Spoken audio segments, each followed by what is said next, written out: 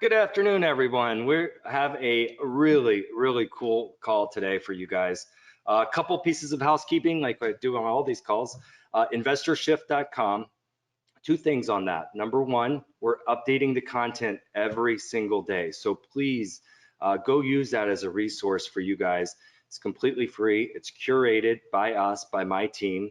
And we're basically pulling everything that could be relevant to you as a real estate investor and what's happening in our economy and in our country right now, and really synthesizing that to, we write up a little thing where it says, why does this matter to you as a real estate investor? So I highly recommend that you go off and look at our site. Maybe in the evenings is a good time to do it. And then on Fridays, we send you a newsletter. So you can just opt in on the right-hand side. We just send you one email per week, and it's a summary of the best articles or the most interesting articles that we found or that we wrote or that you guys may have wrote. So we have a little contribute button, and we highly want you to use that and give us some good feedback. And if there's something that you think is useful to our group and to you guys as a whole, we definitely want to see that and put that up so that everyone can use it. And this that topic that we've been talking about the last 6 weeks or so, people over profits. And that's why I think this call is going to be really fantastic, because Eddie Speed, who you can see there, and then Jeff Watson, who you guys know really well, Eddie puts people over profits. He really works and really finds what the seller needs and what motivates the seller. And we're going to talk a lot about it today. But Eddie's been doing this for 40 years. Actually, I have a picture of me, Eddie. I was going to pull up. It's me at 5 years old, and that's how long you've been doing this business as a little kid. He's been around for a while. He's personally done over 40,000 deals, nearly 50,000 now. So he's been around the block and then around the block again and again, and he's watched these cycles. You know, he came in. Eddie, what was the interest rate when you first started investing? 20%. 20%. Can you imagine that? So the cool thing what Eddie's going to talk to us about is creative deal structuring and creative financing. And there's multiple levers that you can twist and turn and make it so that it's to your advantage. My wife, she always liked to lease a car because she could see the deal points, all the different levers that she could turn and make it so that the deal was in her advantage as the buyer or as the car leaser. So it's almost the same way, but in a house. So you got the terms of the sale, the loan, and the agreement. So if you know how to manipulate those things in a good way for both you and the seller, then you can make some creative deal structuring and make some money in this market. So this market has turned upside down instantly. So Eddie, with that, I want to turn it over to you and Jeff. And really for me today, I want to be the student, right? So a lot of the stuff you're talking about is even new to me. So I want to just be a sponge, and I recommend two things for all the viewers out there. One, get a pen and paper. There's going to be a lot of stuff covered. We're going to try to keep it really high level, but I was on a call with Eddie earlier this week. It was a 3-hour training call, and it was deep. So, and it was fantastic. And I took pages and pages of notes, Eddie. So I may be doing the same here. I may be typing away. Enter your questions in, but if you do enter a question in, try to make them generic enough so it's for everybody. We got hundreds on the call today. So with that, Eddie, thank you so much. And like I said, I just want to let you guys take it over. Thank you. Well, you were on a call with us this week, and that call was for guys that all are what I call the ninjas, right? They're all 100 house a year plus guys. And so I do training for some guys like that. But I have a heart for this business and people that are beginning, because I started at 20 years old and I was absolutely clueless. So I always have a heart for that. And you got my old buddy, actually he is my attorney that is on the line with us today, and that's Mr. Watson. So I come up with some crazy ideas and he has to figure out how to paper it. You know what I'm saying, Don? Yeah, I know. I know exactly what you're saying. Yeah, and so today is going to be a lot of fun. Eddie and I have a lot of these conversations, and he and I are both going to be trying to keep this at a high level. And Don, that's your main job, don't let us nerd out too much, because we will do it. I'll do my best. Yeah. Promises. So, you know, Jeff, I thought it would make sense to start out, and I'll let you kind of, I'll kind of start it, and then obviously I'll let you kind of poke into some questions. And Jeff and I talked this morning, and we talk all the time. Jeff and I talked an hour and 45 minutes on Saturday. We've talked probably 6 to 8 hours since all of this privately. We've talked on webinars together and stuff, but I mean offline. Yeah. And we talked, I think on Saturday, Jeff and I talked more about mindset than any other single thing. We And did. so, We did. you know, Jeff, I started this business. I was 20 years old. I was a cowboy. I am a cowboy. Okay. I mean, like, so I'm not a cowboy for my day job, but it's what I grew up doing, and it's a lifestyle that I like as a hobby. And this was the first job you had where you didn't have to wear boots and spurs to work, right? No kidding. When I showed up at buying notes, it's the first job I'd ever had to take my spurs off. And so, you know, I started out, my father-in-law and his partner got me started in the business. Now, I'm 20 years old. Seller financing has reached an epic level because interest rates are 20%. So people would assume the first mortgage, and the seller would carry a second mortgage at a lower rate than the banks could loan money at. What happened? What was causing that? Seller financing filled the gap conventional lending didn't fill. So here I am, 20 years old. I'm calling on real estate brokerage offices, right? Like Century 21 back then, you know, and I'm calling on home builders, both of which were carrying a lot of second liens. Now you got to remember, I'm calling on people. I'm 20 years old, just wet behind the ears, and I'm knocking on their door. And I'm walking in there thinking, this is the best business I've ever seen in my life. This is way better than punching cows, way better. And what are they thinking? They're terrible. They're wringing their hands. They're worried. They're scared. They're afraid. And they're trying to figure out why this 20-year-old is just absolutely enthusiastic, you know? You see, they're the ones that should have been figuring out what I was figuring out. It shouldn't have been me. They're the ones with all the experience. And so, Don, you cautioned us on the call today, you know, listen, I have been doing it 40 years, and I have really legitimately closed 40,000, 50,000 deals. That's all great, but look, I've just been doing it a long time. It doesn't make anything special other than I just got up doing the same thing every day for a long time. And I would say that I've not forgotten a single day to feel like what it did when I was that kid. Because you see, the only thing that I had over the guy that I was trying to do business with is I was just taught an angle that would work in a market that the old stuff wouldn't work. That's all that it was. So Eddie, do you think that the stuff that we've been using for the last 10 years will work going forward for the next 10 years? Jeff, there's no way it'll work. In fact, I don't even know. I'm in a mastermind with you, Don. That's a in mastermind. Jeff, you've been in that mastermind before. And when I'm in there, this is a vetted group, right? I mean, they're all like 200 house a year plus guys, and there's 150 of them, and it's expensive to be in it. And nobody, what I kept hearing them talk about was wholesale, right? For the last 5 years, nobody was talking about fix and flip very much. They were wholesaling.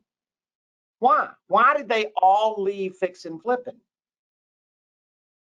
Because they could find somebody that would pay more for the house unrepaired than they could ever profit if they went through all the brain damage of managing the repairs. Who was that guy? Your HGTV buyers, right, Eddie? You got it. Yeah. Yep. And they were ones that were just getting into it. They didn't understand it. and they were the perfect person for these guys to be wholesaling to. They were weekend rehabbers, right? Kind of thing. So that was a market cycle. In 40 years in the business, none of us had ever seen this situation before, right? Now, I'm going to say to this audience here today, because I get the impression a lot of them are fairly new, but if you're not new, it's the same story. If you're just going to wholesale a property, in other words, you're not going to physically buy it yourself, the guy that you're wholesaling to, the odds are fairly high. He's not super duper experienced. He might be, but he may not be, right? He may be kind of inexperienced also. And if he goes to a hard money lender and he tries to get a loan today, Jeff, what's he found out? Well, first he's found out that most of them are out of business.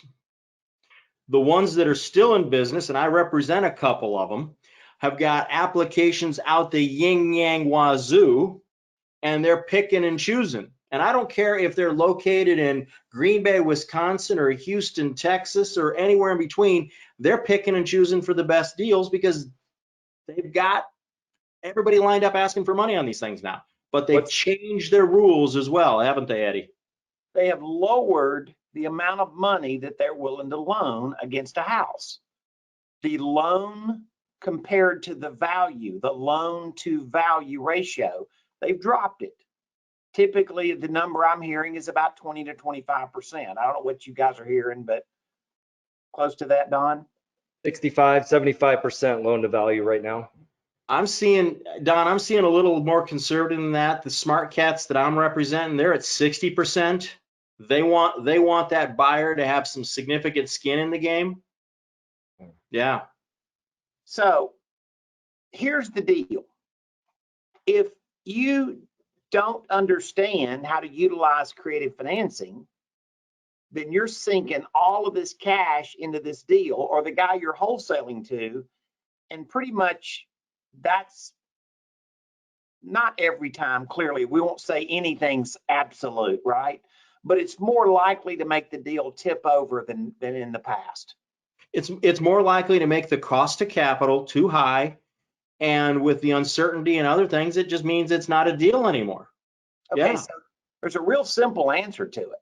Oh yeah, oh there is, Eddie, and you and I talked about that on Saturday. We talked about it on Monday, but you know, you've got to be able to turn the Rubik's Cube around and look at it from a different angle.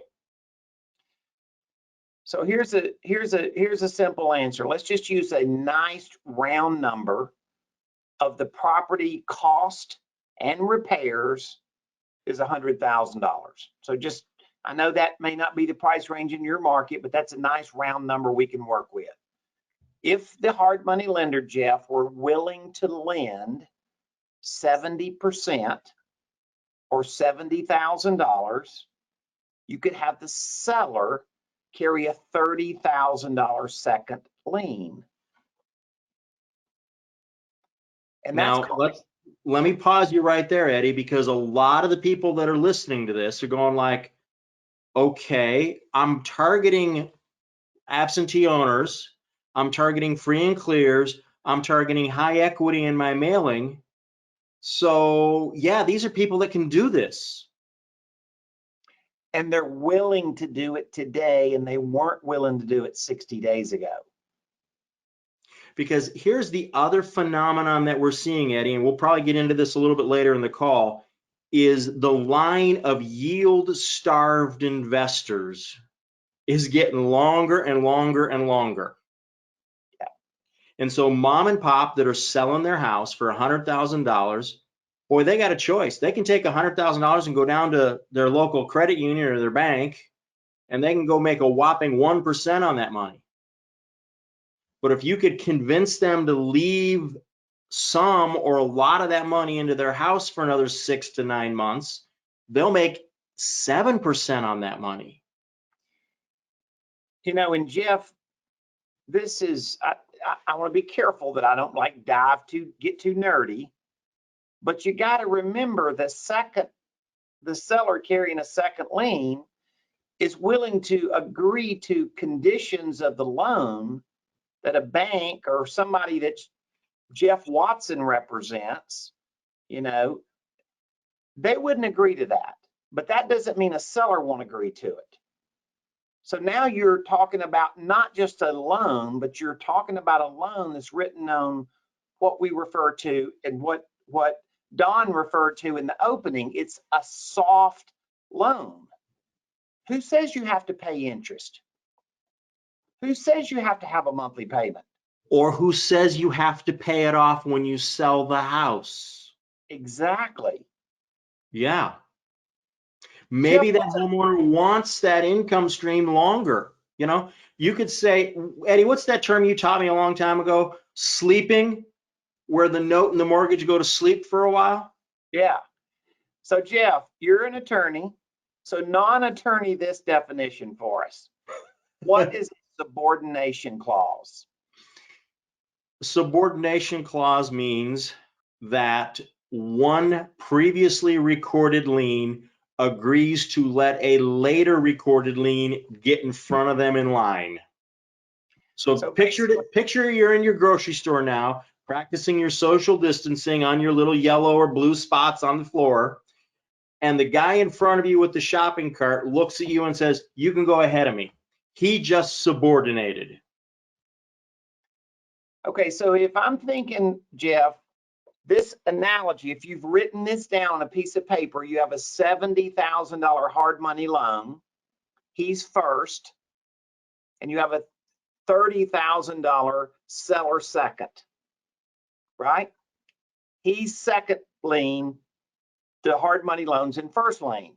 But Jeff, we could write that document, that second lien, to read, if that hard money loan is ever paid off, that you would subordinate to another first mortgage and keep your seller second still a second position. Yep, I've got that document. I've got a draft of like 5 different versions of that in my library. Yep. So Don, here's what that does. That means now that you used a financing technique to not just close on the property and not require your money, but now you could go cheapen up the debt service on a deal that sold for 100 grand, but it doesn't debt service like a 100 grand loan. So Eddie, if you do that, does it expand the pool of buyers that fix and flipper can sell to? It expands it to the point he can pay you more money. Oh, you mean he might be able to sell it for a little bit more? Exactly. An extra 5 or 6% more? Or he might even pay a higher wholesale fee. Yeah. Yeah. Yep. So this is the art of structuring financing. And when people are generally in a buy low, sell high environment, which is where we've been, people didn't look at these techniques as being important. When we started the meeting today, we talked about my history. So you start to understand my only start in the business was that I was pursuing buying those second lien notes that sellers carried that never would have carried the notes had it not been a mortgage crisis of high interest rates. Right. But the only way that those sellers could sell was to have to agree to take back that second. And so if the only way you can get the deal closed now, and Eddie, I want the audience to really listen to this. I'm going to butcher it and you're going to clean it up, okay? You're now talking to homeowners that can't quite afford to sell. But now if they're willing to let you structure the deal differently, they can now afford to sell. They can now get some of their equity out in their hands to go move and leave that debt there or whatever, a couple of different options there, and make that house more marketable. Make it to where it doesn't cost as much to fix it up and get the next buyer in it. Market conditions cause our expectations to change. Like Jeff, he used to like Charmin. He only liked Charmin, Don. That's only toilet paper he wanted. That Costco stuff's pretty good right now, though. But let me just tell you, he has lowered his expectations at this point. Oh, Eddie, if you only knew, one of my kids managed to snag a roll of single ply, and every day I'm like, still, I'm glad they got it. You know, I'm not complaining. Got a package of it, but anyhow, yeah. Here's the point, guys. I think we're trying to make to you guys. When you possibly entered the real estate investing business, you entered in a market condition. Your customers were somewhat conditioned to sell their house at a discount because for some reason it wouldn't sell through a conventional realtor the way it used to. So the only reason the real estate investor exists is because somehow we're solving a problem that traditional real estate brokerage isn't solving. Is that a fair statement, Don, in most cases? Absolutely. Okay, so we're a market interrupter, right? We fix a market that otherwise traditional real estate brokerage doesn't fix. So think of this. If we can be another market interrupter and go structure some financing around the buy, not just saying it's all cash, then all of a sudden we can go do things that I'm fairly sure our competition can't do. Yeah, I think one idea here, Eddie, is maybe go through a case study. Maybe the one Kevin, the duplex, or some other deal that really illustrates this, what you're saying, just so people can get their. I'm answering questions here, but if you could just give a beginning to end little case study, that would be helpful, I think. I have a student. He lives in Seattle. Now, this happened prior to the virus, but this is an example of how you could structure something in today's market. So he's buying a duplex.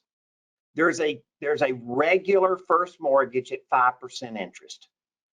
Okay, I mean it's 5% interest, 30-year loan. The payments, going to be almost $1,400 a month. Now in Seattle, that duplex is worth $325,000.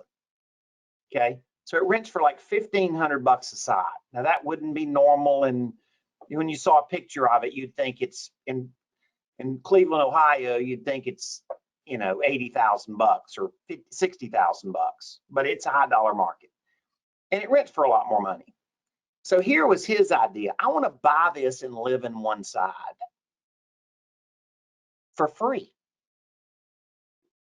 So he was bantering with the seller of the property because they wanted to finance. They were willing to finance the whole property, but it would have worked either way. It didn't have to be all seller finance, but they were saying we have to have 5% interest or we're not going to do it. So his only choice, if they were completely unwilling to lower the interest rate, and they were, their only choice was he had to go pay, instead of $5,000 down, he had to pay $65,000 down. Or there wasn't a deal. Okay.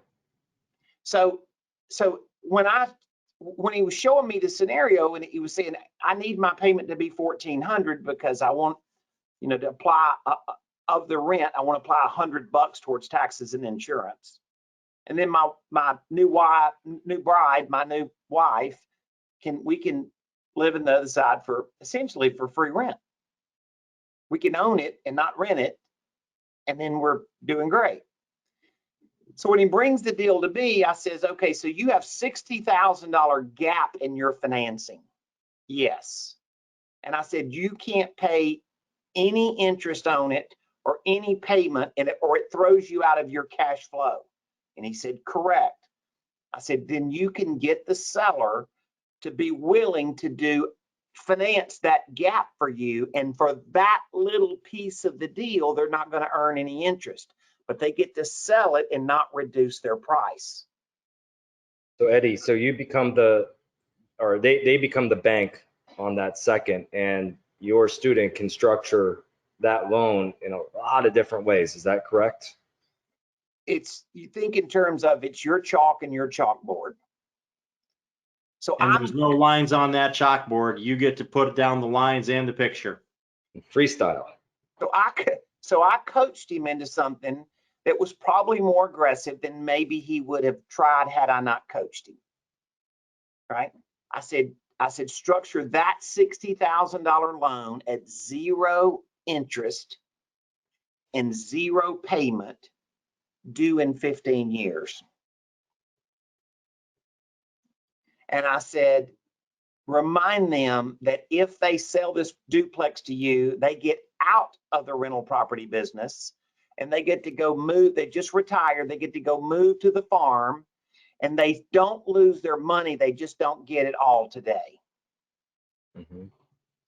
He called me back and he says, and I had to mentally get him, the framework in his mind straight. He called me back and he says, I got to admit, he said, they never even, there was no hesitation. He said, but I'm going to admit to you, Eddie, I lost my nerve a little bit. I said, you did? And he goes, yeah. He said, I didn't say 15 years. I said 10. Got weak. But the point is that you said, Don, was this, and that is all of a sudden that was a real estate deal that was going to fall apart because of the expectations of the buyer, who was my student, and the expectations of the seller, except for the fact that the buyer, my student, came up with financing terms that made everybody happy. Now, the seller would have never thought of that, right, Jeff? They would have never thought of that structure. No, they would have never thought of it. They'd have just simply been like, well, I guess we can't do a deal. And many other buyers would have gone like, well, I got to go find the 60 somewhere else or I can't do the deal. No one would have ever thought of kicking it out 10 years at 0 payments and 0% and sticking a $60,000 balloon 10 years out there, you know? So Eddie, I'm watching the little button. I can't see the questions, but I see this little button and it is just going nuts. I'm typing away over here, so I'm sorry if you hear me banging away. I'm trying to answer them. Don, you're probably, no matter how hard and fast you type, you're not going to be able to keep up with the questions that are slamming in, okay? Yeah. Eddie, the short version of the questions real quick. Sorry to interrupt you, Jeff. It's just still are not fully understanding this overall concept of the seller financed note and why. I guess one of the questions, and you didn't mention this, Eddie, or if you did, I was typing away, but why would the seller even do this? Why wouldn't they just go sell it for $325 to someone else? Because they can't. Right. Exactly. Why would they sell you a house at a discount? Because no one else will buy it. Why don't they just go take every deal in the world and go list it with a realtor and put it on MLS, and somebody comes along and makes above the listing price offer and sell every property? Because they're a hoarder, or because the house needs repairs, or all of these reasons that we know that this is where our industry fills the gap that traditional real estate doesn't fill. Yeah, right. So in addition to filling the traditional real estate brokerage role and the agent role, we have an opportunity to fill the gap between in the lending space right now. We can do stuff that other lenders can't do. We can show people how to buy houses, whether they're bringing in hard money and how they make up the difference by getting the seller to cooperate with that subordinating second. And then you come in with your hard money at 60, 65% LTV, and you've lowered your overall cost to the deal, which makes now you're going to make more profit. You make the house better to sell, easier to sell on the back end.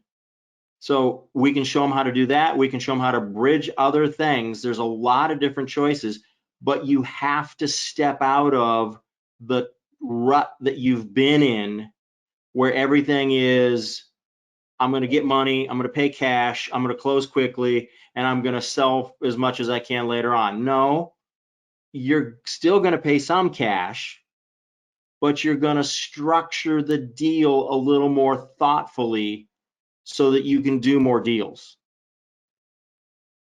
So Don, I know you've got some questions and I want to cover those, but before we do that, I wanted to leave a thought based on what Jeff just said, because this answers, Don, I think what you talked about at the beginning, which is, why does this matter to you? Why does this matter to this audience, right? And the answer is, what would have been a perfect scenario 60 days ago in most markets is not the same deal today. We all know that, I don't know any hard money lender that they've all changed their loan to value. I mean, am I right, Jeff? I mean, is that pretty much a generic statement? The ones that are still in business have changed their LTVs. The vast majority of them are gone because they all had hedge fund or Wall Street money, and that is just frozen up. That's like what you and I were talking about, Eddie, before. You know, it's gone. So the market has changed. The real estate investor has a greater advantage, believe it or not, than he had 60 days ago, if he understands how to structure deals better than his competition. 60 days ago, it was buy low, sell high. Structuring deals wasn't even a conversation. It was just get the contract written and flip it to another guy, right? Well, now all of a sudden that world has become different, which is when I entered the business at 20 years old, what I had to go learn, which was the way the financing was structured had all to do with whether a deal would close. And I encourage you to embrace this, because let me just tell you something, it is worth a lot of money. Well, Eddie, I'm going to just make this observation. Since I've been hanging out with you for the last 10 years, I've stopped rehabbing houses, and I make more money with a pad of paper and a financial calculator than I ever did hiring crews to swing hammers and run sawzalls. Paper's a lot easier to handle than sawzalls or whatever they're called. It is. It is, and I encourage you guys today, remember, this may be the first conversation you've ever had about this. So you just can think about in the first 30 minutes, somebody was talking about real estate investing. Was there anything that was a little intimidating? And now you look at it and think it's not intimidating. Well, this is going to be the same thing. So Don, I know that you're trying to make sure we cover these questions. So I don't want to make sure that we. Yeah, I've just got 3 questions, and you can answer them real quick, or if you need to take some time, feel free, but otherwise just go quick. So in this deal, so the seller sold at a lower price, but according to the bank, they bought at full price, question mark? I'm confused. So can you clear that up? That's a really smart question. You're not as confused as you think. The seller sold the property at full retail, but because of the way the financing was structured, they sold it at what I call a bargain. The closing statement had the full price on it, but the way you paid the money back, it was a discount because you paid today's price for the property with tomorrow's dollars. With 10 years out dollars on 60,000 of it. It should have been 15 years, but. Yeah, I mean, 60,000 on a $335,000 house, Eddie, what is that? That's 15, 16% of the purchase price? Well, I'm very tempted to tell you the next punchline. Before you do that, let's flesh out this deal completely so that everyone really understands this. So why would they settle for 0 interest, Eddie? Why would the seller do that? What I've found is this, Don. People have something inside them that says, I want to sell my property at a certain price. There's a certain ego or a certain mindset or whatever it is. I don't want a discount. Yet they will give essentially the farm away in financing terms so long as they get their price. Yeah. And that's just a 40-year observation. Right. So I would say experience, if I can help you with one thing, because I've seen, literally probably seen 300,000 or 400,000 seller finance notes, 300,000 or 400,000, I said, right? I have noticed this pattern that people, as long as they got their price, they agreed to crazy terms and justified it in their head. I think that's where, in my mind, and maybe other people can relate to this, but it's like leasing a car. The car dealerships, they're going to get their money one way or the other. They're going to get you. It's just how they get you. And it's probably the bad way to say it right now, but it's a similar type thing. You structure the loan where it's advantageous to you, right? Well, let me make a point about that. Yeah. So Jeff, you and I are good friends. You know, I know your kids, you know my kids, like literally we know each other pretty dang well.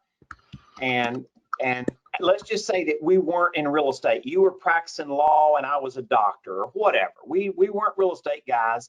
And so I had a piece of property for sale and the market turns and things aren't bringing as much money and money's tight and the mortgage companies aren't lending like they used to.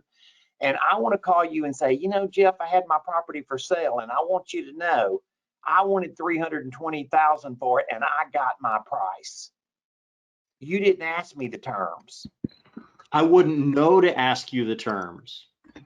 I'd be like, well, how did Eddie get so lucky to sell for asking price, full ask, when everybody else is selling for a deep discount? Yeah. Yeah. So the advantage is that there's a mental process. Now, listen, guys, this is what Note School does. We teach you how to think this way, right? This is not, I get that on the surface with no guidance, it's like you got to start learning to wrap your mind around it. I will say with confidence that people that seller finance are very happy with their deal because the closing statement gave them the price that they wanted the closing statement to say. So your guy asked a great question, Don, which is, why would somebody do this? Because he had to compromise something and he didn't want to compromise price. Right. Exactly. I was giving you the softball. I knew the answer, Eddie. I know you do. Okay. Here's another one. In this case, in the case study Eddie mentioned, can the buyer sell the house prior to 10 years he promised to the seller? So if your student wants to sell 3-4 years from now, what happens to that original seller? Well, okay. Are you gonna let me get deep or no? Well, yeah, go ahead. Okay. Let's do it. Strap it on, everyone. I got this lawyer I work with, and Mr. Watson, you've heard of him, right?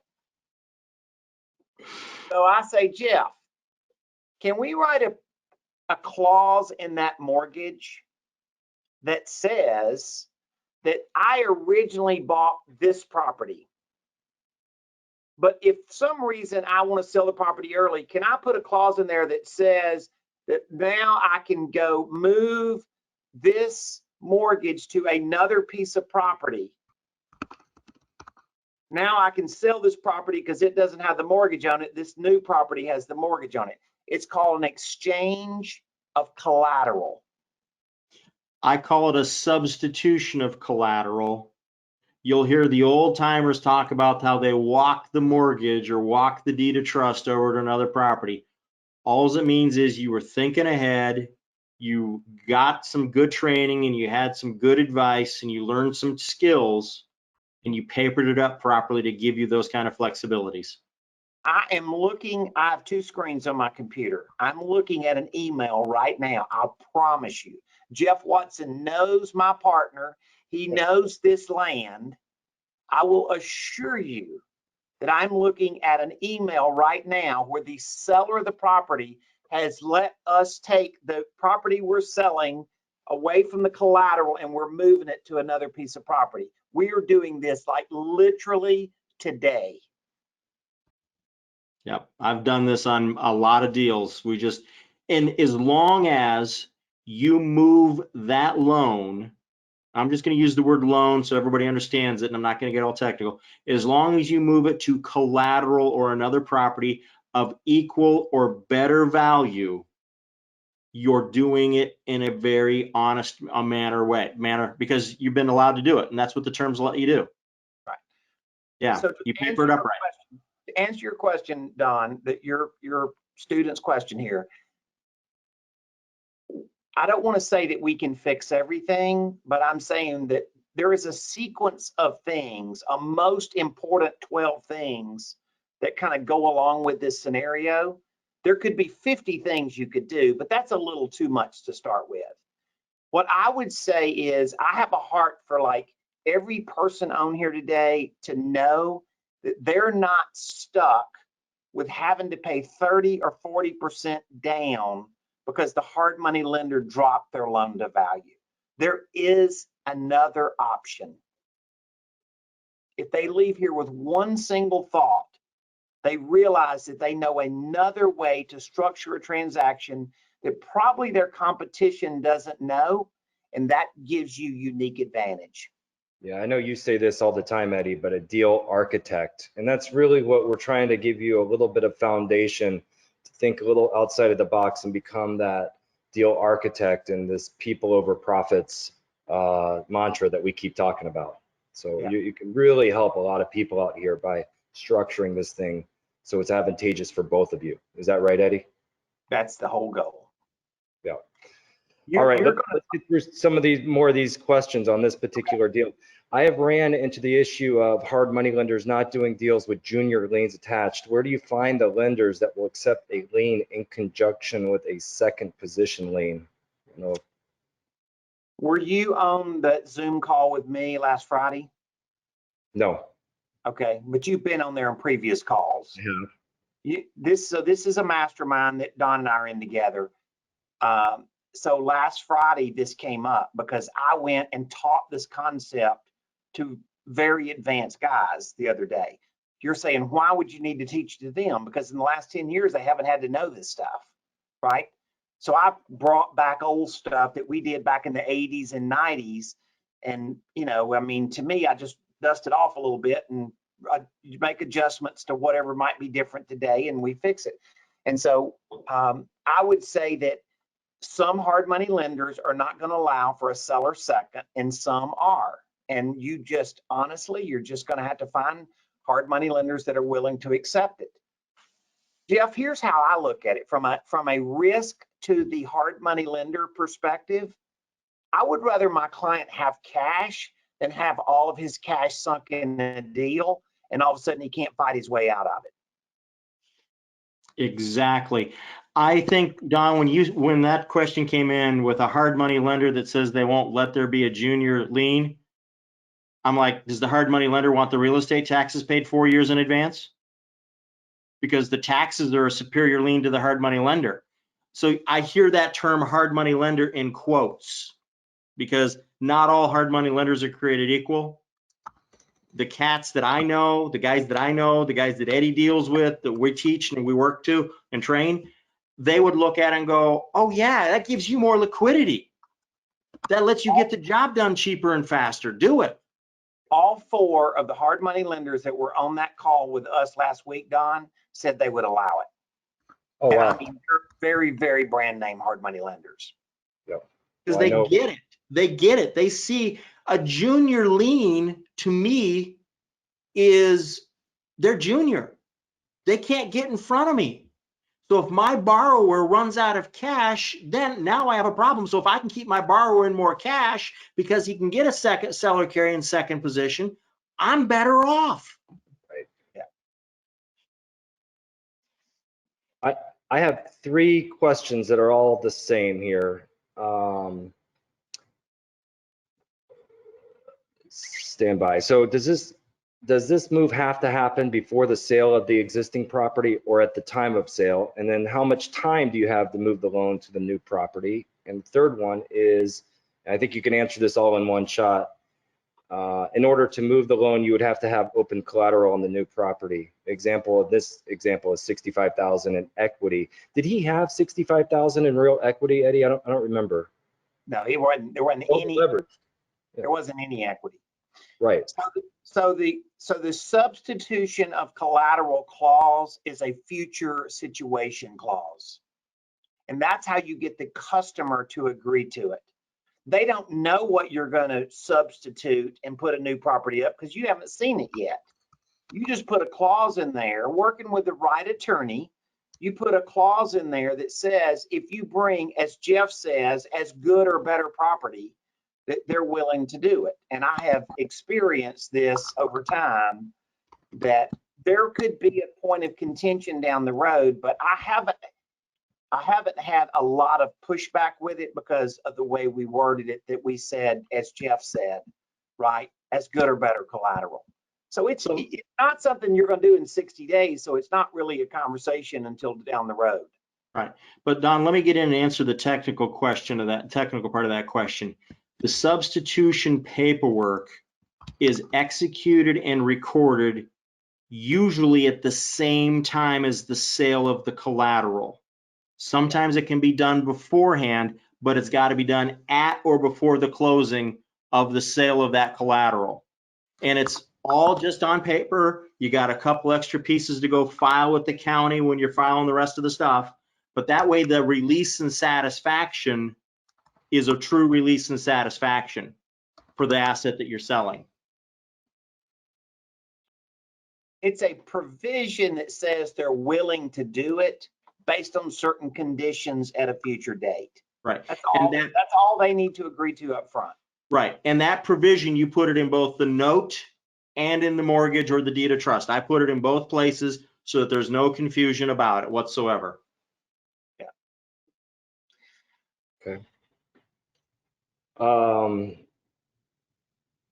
Got some, sorry guys, I'm not prepared for the next question yet. I'm still reading through them all.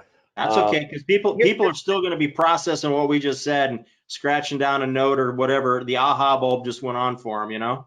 Exactly. And hopefully those are going off for a lot of people. Actually, they are. I'm hearing a lot of things where it's clicking now. So in this example, we've got two mortgages, but does it necessarily, can you give us an example where there's just one mortgage involved, or does it have to be the second? No. To make it work? Right. That is a technique. So when I say creative financing would work where they literally have 100% equity. They don't owe anything. They don't need any money at closing. They're just going to finance the whole thing. Seller financing could work where they owed half of what the property was worth. And creative financing could work when they're like, they owe so much money, you can't even make a wholesale offer. Now, without trying to go lose the ground that we have helped people gain in comprehension today, those are different scenarios, but it does allow you, using strategies, to solve literally that many different problems. Not exactly the same way, but in different ways you could solve that many different problems. So we solved a specific problem on that duplex in Seattle in the fact that the way there was enough financing on it with enough of a monthly payment, there was about $60,000. It just couldn't, you could not put that payment on the deal. It wouldn't, the cash flow that he desired wouldn't support that. So how he did that was, the strategy here is, I'm going to take this amount of money. It's going to be zero interest. There's going to be no payments due. It's just going to be a lump sum due in the future. Now look, I've trained 10,000 engineers. So I will say, yes, you need a strategy to figure out how to pay the loan off in the future. Okay. So here is another likely scenario. It's not an absolute, but it's likely. The other clause that Jeff and I would want you to always put in that note is that if they ever decided to sell that note, they would sell it to you first. So this isn't just an individual that has a note. They're like the bank, but it's not payable to the bank. It's just payable to John Doe individual. Okay. He wakes up down the road 5 years from now and he says, dang, I'm owed $60,000, but that's in another 5 years. I'd like some money today. So he calls a note buyer. That's what I've been for 40 years. He calls a note buyer And he says, what would you pay me for my note? Well, before he can sell that note to the note buyer, you've written a clause in there that says, hey, you got to come bring this deal by me first. So let me tell you a little story. Jeff has a client that I introduced him to, a young, smart man that lives in California. Smart. Wicked smart. And he writes this clause in this deal. He gets the guy to owner finance him. He buys a house for $125,000. He pays $20,000 down, and he's going to resell on a wrap note, and he's getting a giant down payment. So he's good with the $20,000 down because it's only temporary. He finances at no interest, which is not always what you're going to negotiate, but he did on this deal. He does about 10 years at no interest. So it's just he's paying for their equity over a 10-year period instead of today. Okay. He makes about 6 payments on this deal. The guy's he's paying like $850 a month. Okay. About 6 payments into this deal, he starts smelling that the guy says, hey, I want my money. Like they start out like this, Jeff, could you send me the check before the first of the month? You know how that goes. And it's that kind of thing. So this is kind of a crazy story, but the guy just, you know, finally negotiates. He buys this loan at about a 75% discount. And Don, you were on that call the other day and you heard this guy telling the story. I'm not saying that's normal. I'm saying that's possible. But I will tell you this. I have bought 40,000 notes at a discount. So what if you had a chance down the road to pay off your note, but not have to pay the full amount? And you're not in default. You haven't done anything wrong. They just want the money early, and they're willing to accept less than the full amount owed. Yeah, it was absolutely nuts to see that happen where you're buying your own note off at a discount. Absolutely incredible. The thing that people need to understand, and there's two huge concepts I want to share here. And the first one is there are a lot of people have the money in the hand, cash now perspective, and they do not understand the future value of money and the time value equations that you can use to figure that out. And when you can master the time value of money and the future value of money calculations, it gives you an advantage over somebody who's only thinking about right now. Because you can see it from their perspective and your perspective, and therefore you can customize a deal that works for both. So let me, for the audience, because I've been down the road when I remember what it's like when that sounds like, oh my gosh, there's some crazy math calculation and stuff. I can show people some fairly simple exercises with a financial calculator. Within 1 hour, you will have a clear understanding that $100,000 due way out in the future could be worth $50,000 today. If you can be okay with understanding that you may not understand mathematically why that's true right this second, but it is a true statement, then you understand that if you could, then you're paying for somebody's equity, not today, but over time, and that's why it becomes such a good deal. Yeah. So the other thing I want to talk about, Don, and this will help a lot of people understand, because I guarantee you're getting this question. They're going to be like, why would someone want to sell to me now and not get all their money now? Why would they want to wait? And let me give you the classic example that I see all the time. I get a landlord. They've held this property for a long period of time. And so I'll ask them, so do you want to pay the IRS all in 1 year, or do you want to stretch the IRS out over time? Right. And the moment they like the idea of stretching the IRS out over time, they've just pretty much filled out half the application to owner finance me. That's exactly right. What's really interesting is the IRS wrote a book about this, and it's a publication called Installment Sale. Installment sale. Yeah, and it's pretty good reading.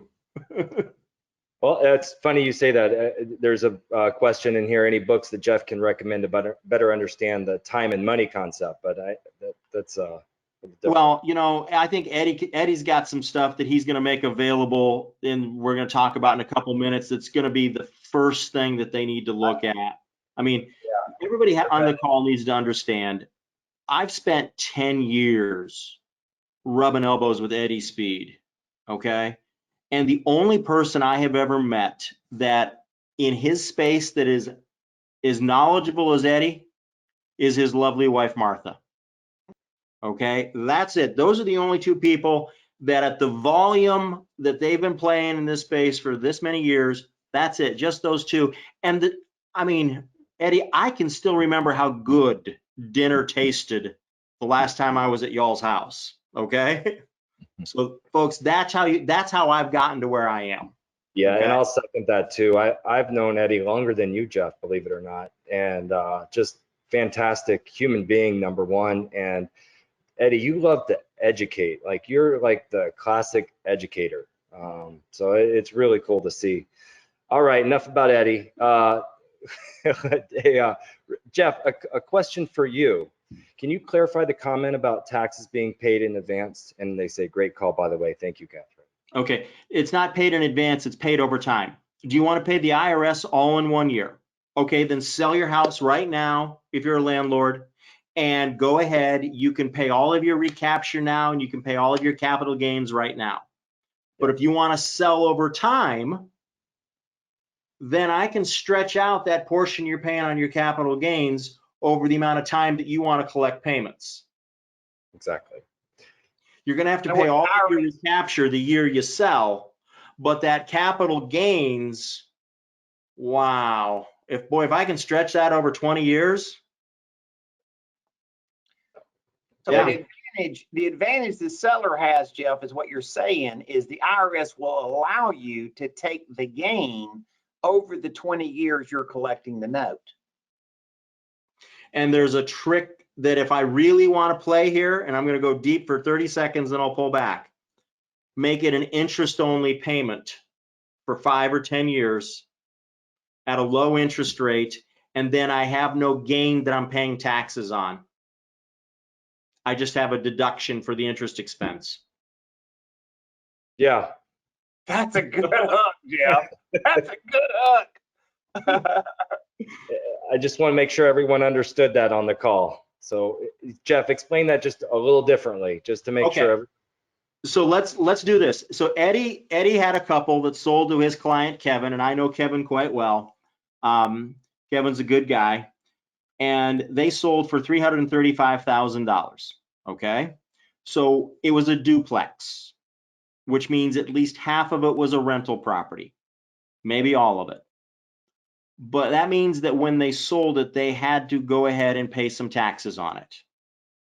Now, my taxes are due on the sale from a couple of different reasons. If I've depreciated the property like the IRS requires me to, when I sell for more than what I paid for it, I have to pay tax on the recapture of the depreciation. Don't get hung up on that, because what I want to hang you up on is the gain on the profit is only taxed as I collect the profit.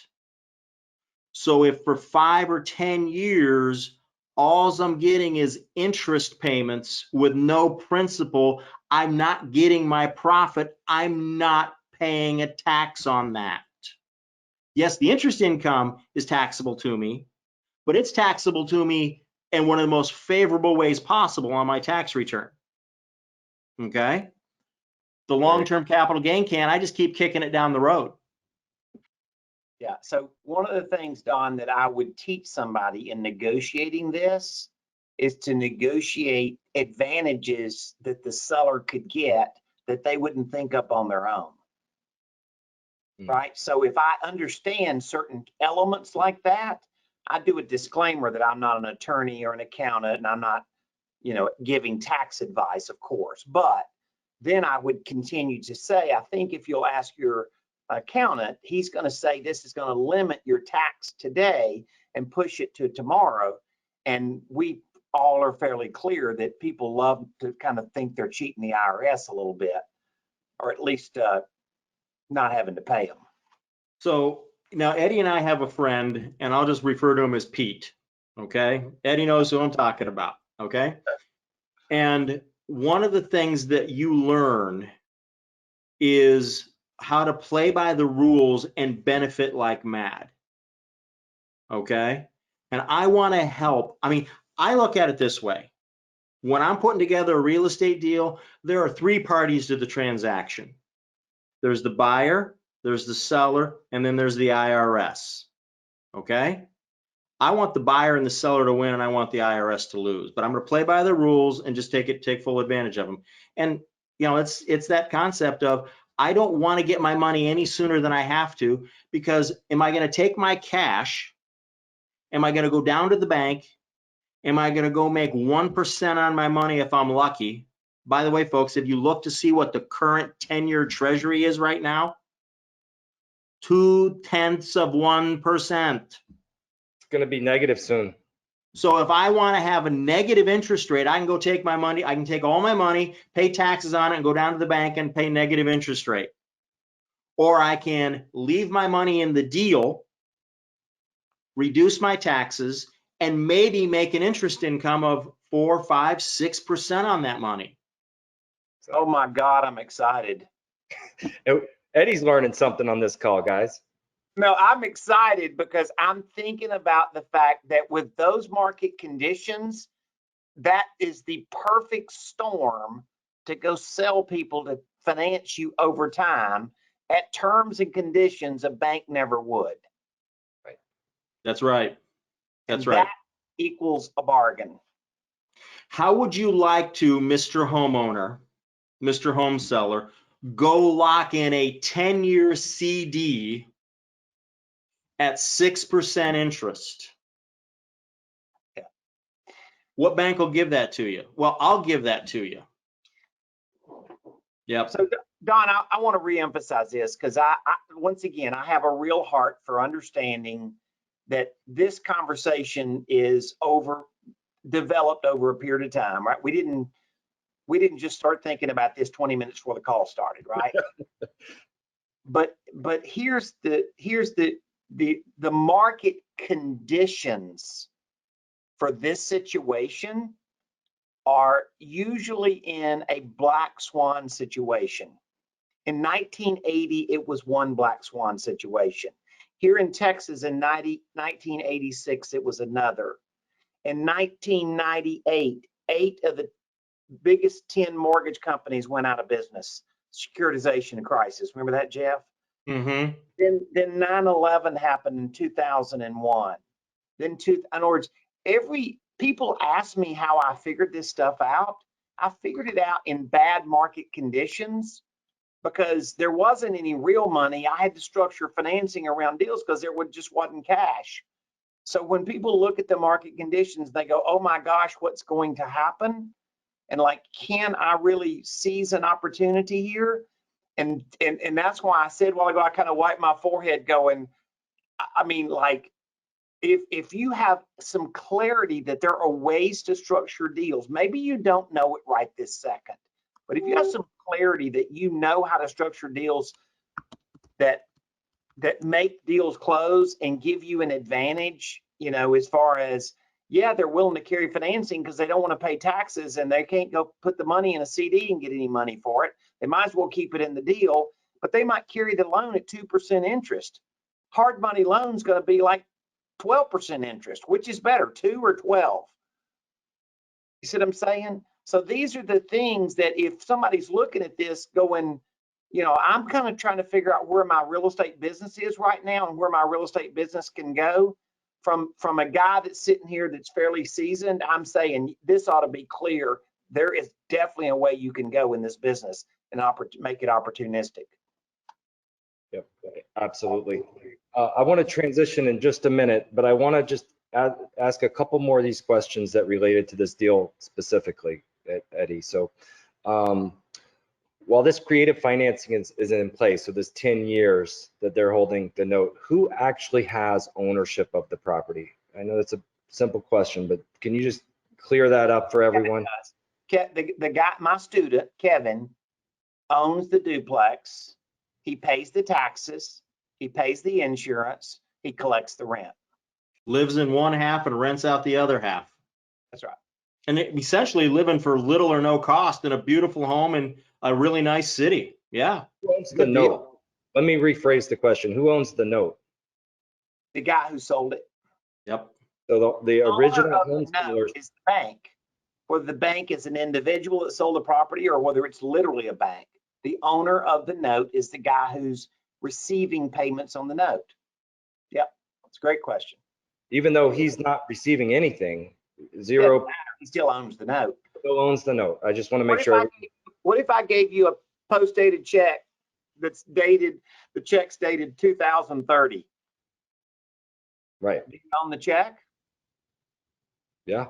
Yeah. I mean, Eddie, if you want to do that, we'll test this, okay? You give me a check for $1 million dated January 1st of 2030. I'll hold on to it for you, Eddie.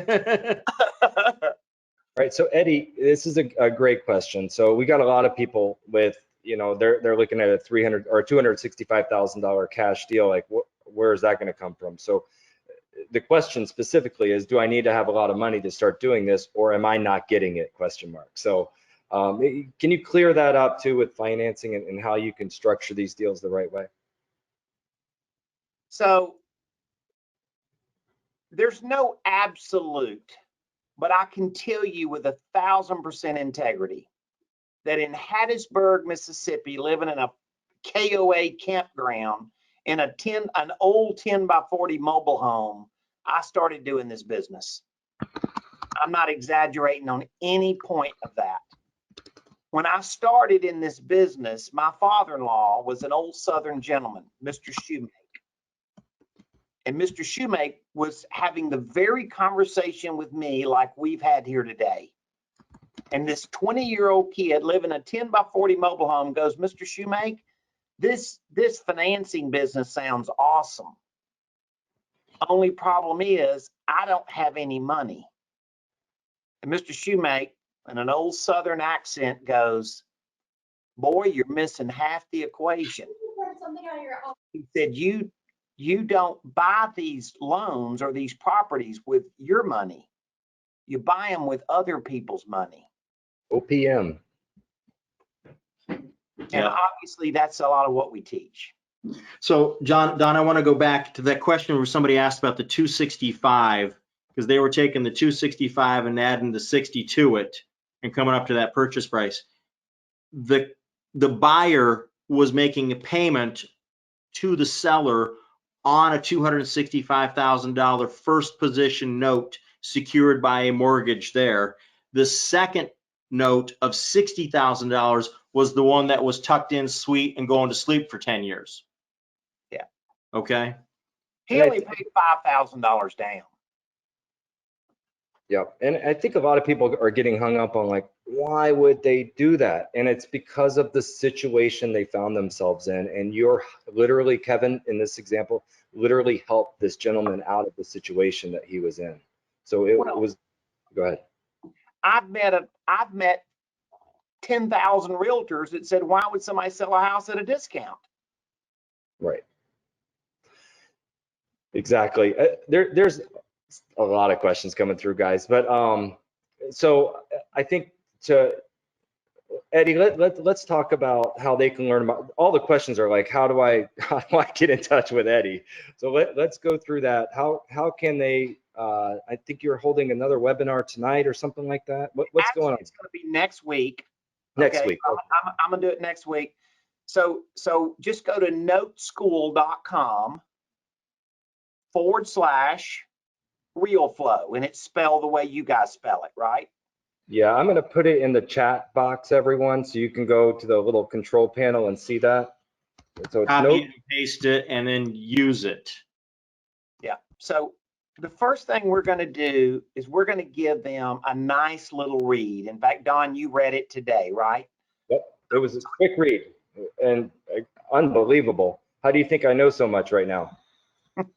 So we're going to give you a quick read, and it really, I think, addresses a lot of the questions that you have. And then secondly, we're going to do a training with you. And by the way, the guy that's going to do the training with you about 10 years ago was exactly in your spot. He had never bought a property. He attended, some training. I want to learn more about this. I know he was a Realeflow user for 100% fact, Don, by the way. And he helps me with kind of one-on-one training to get people started. I do a lot of stuff, Don, with guys that in a circle you run with, or Jeff, or those things. And you can, but I have a heart for not getting you overloaded with too much, so that you lose the vision of what you can accomplish. And so this guy, Brian Lochner, is rock solid. I mean, this guy is the best I've ever had help me doing this. He really connects with beginners and shows them how to do it. And he definitely has a heart for it because he's been there.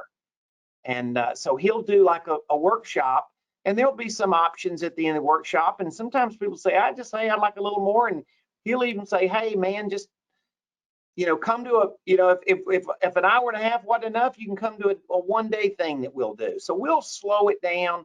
Case studies. I intentionally today wanted to make this more conversational instead of but we teach with case studies. We definitely believe in teaching with case studies, and we'll just unpack what's possible. I mean, you want me to blow your mind for a minute, Don? Sure. Okay. So Jeff Watson happens to be an expert in self-directed IRA accounts, right? I know he is. That's kind of what I love doing. So Jeff will tell you that you can go buy a note at a discount and take somebody else's money and fund most of the cost of that note, and take about $1,000, maybe $500 of your money, and own the back half of the note. So you could buy a 20-year note, sell 10 years up front, they pay for most of the note, and the back half of the note, you have $1,000 invested, and you are collecting payments on the rest of that $100,000 note. Now that sounds crazy, but that's the kind of techniques that we teach. It's being a deal architect. So Eddie, I got to interrupt you because I got an email yesterday from a borrower wanting to find out the payoff balance on a note like that inside my IRA. And I was like, do I really want them to pay me off? I haven't gotten a payment yet. There's still a few more owed to the front end holder, and my IRA sitting in the back end. I'm like, yeah, I'll take my money now, Yeah. The idea is this. If what we're saying today is just of interest, if you can see there's possibility, look, it's really easy to slow it down with like we use PowerPoint, but it's like slow it down with a whiteboard, lay one number up at a time, build the story, lay it out, do all that kind of stuff. It starts becoming really easy to follow. Yeah, the one thing I took away from all of your trainings, Eddie, throughout the years is you're a very, very visual person, more so than anyone else I know. And I think it's killing you not being able to get on a whiteboard or a nice PowerPoint right now. So to see the way you amortize the loan and balloons, and when you get into more advanced techniques, you got to have the visuals, or else you get lost real quick. So today's conversation, but all the stuff you'll see, Eddie has a lot. So here's the biggest takeaway I would say of all today. In all of the cycles and all the black swan situations, I can tell you with 1,000% integrity that my net worth jumped more in those cycles than it ever did when things were great. That's a great point. Yep. So Eddie, I'm going to ask you this question. You've only been doing this for 40 years. I've only been doing this for 27 years. Do you think this is the last black swan that we'll ever see? Mm-hmm. Not unless God takes me early, Jeff. That's all I can say. I'm pretty sure there's a whole flock of them out there still headed our way. Well, and it's funny, you know, Don, as you know, Jeff and I have messaged a lot in the industry, and we've been kind of saying for a couple of years something was going to happen. Now, who could have ever figured it would be a virus, right? Or who could ever figure that the oil business was going to have this crazy market condition happen to it? Or who could ever figure now, because of the virus, there's what is perceived to be a shortage of mortgage money, right? So the reasons that all of those are above, you know, one thing kind of ties to another. But let me say this: if you are able to structure financing on real estate deals other than just all cash, your stability in the market in the future coming out of this virus, I mean, I hope that's undeniable. It's like you have just strengthened your position unbelievably. You think that's true, Don? Absolutely. Yeah, this is where people get very wealthy, you know, in these black swan events. So this is where wealth is made right now. Jeff, what's your opinion here?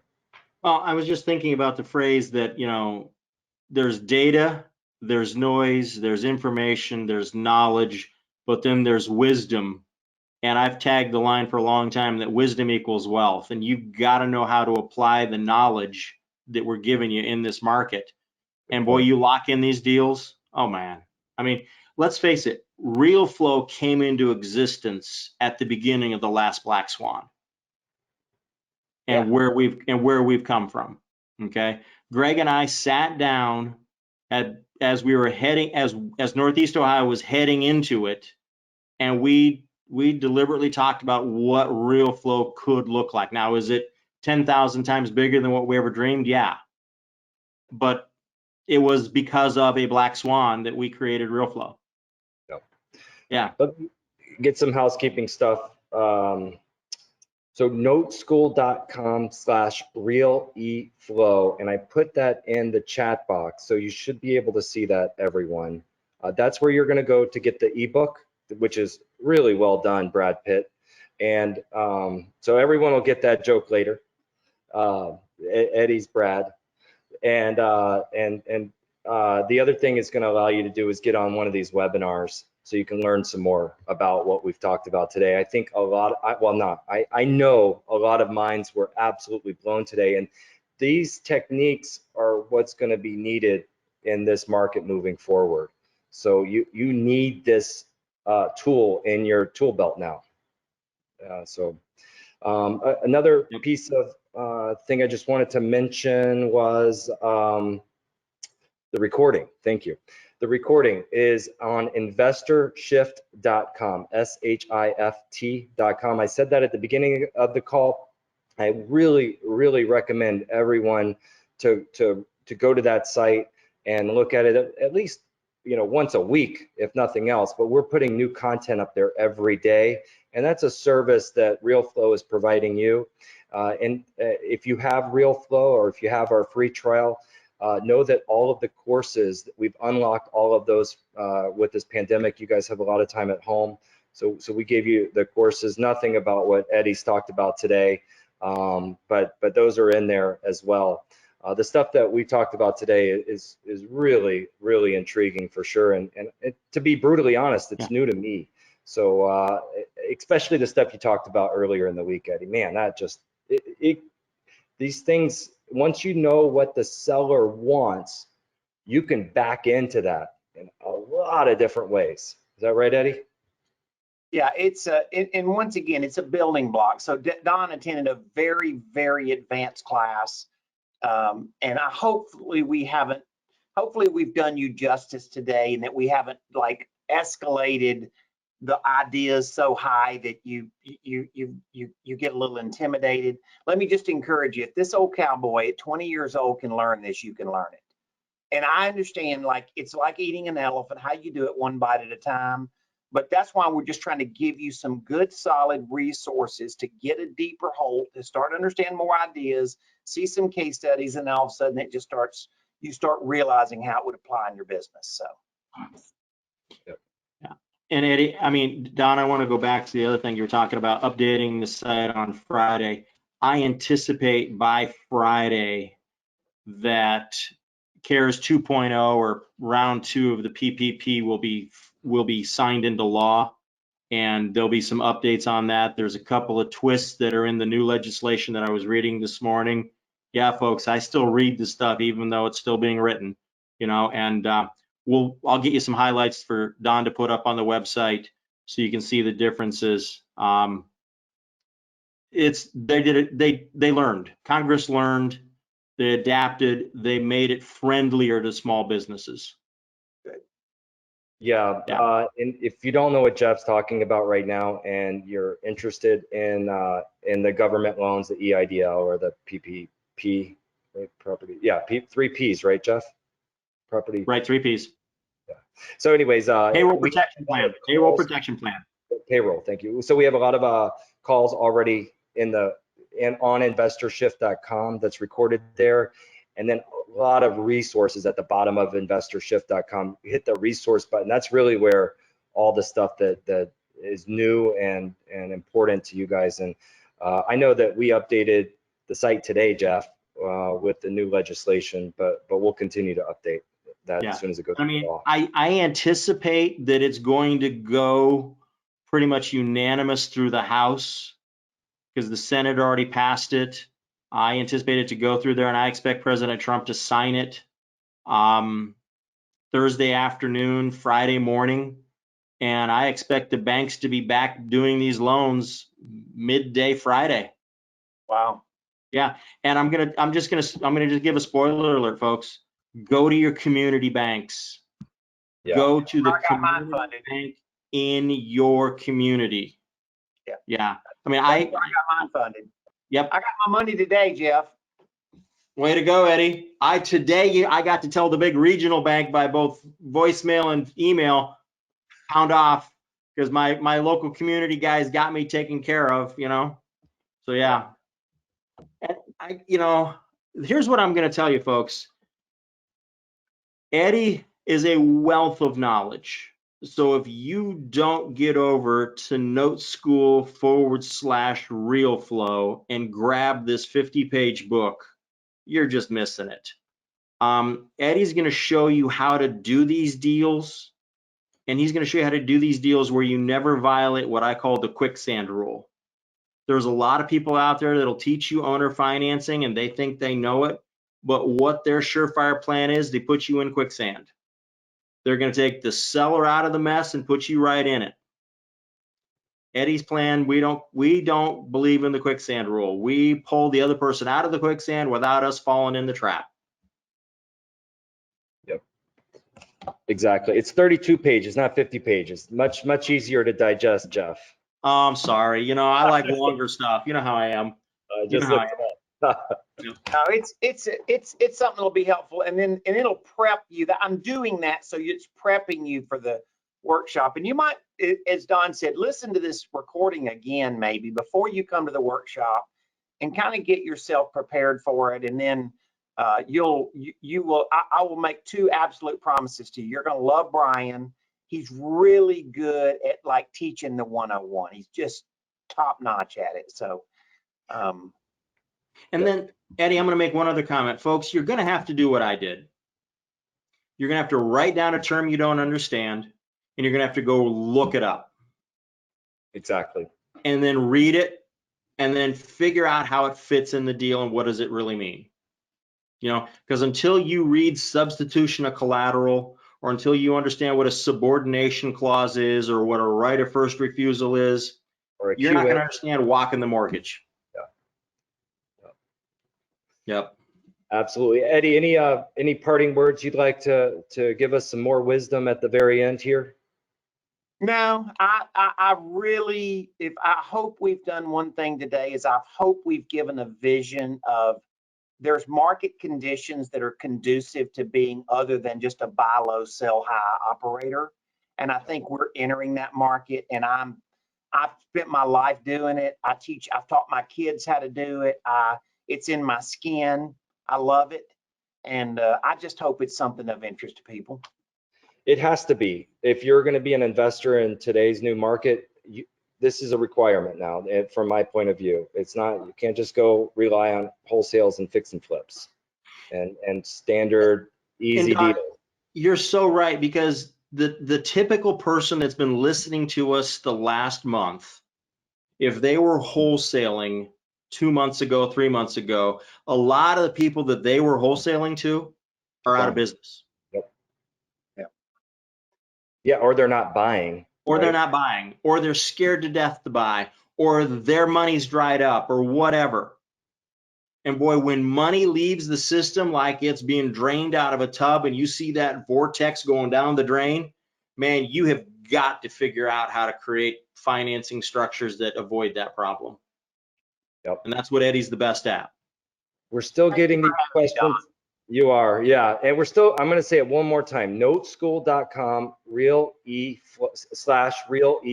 It's in the chat, guys. So you just look in the chat section over there. But that's the step to get the book, and then to go to the webinar next week to learn some more information here. So thank you, Eddie. I know this is a lot of time out of your very, very busy day. Everyone, you should see the comments. I'm going to send them to you, Eddie. And thank you guys, by the way, for all the wonderful, wonderful feedback. It gives you a little goosebumps here if you guys could read it. But thank you. We appreciate giving back. The people over profits is something that we're really embraced. So thank you guys, and thank you, Eddie, for all the time today. Thanks, sir. All right, guys. All right. You guys have a wonderful afternoon. Thanks, everyone, again.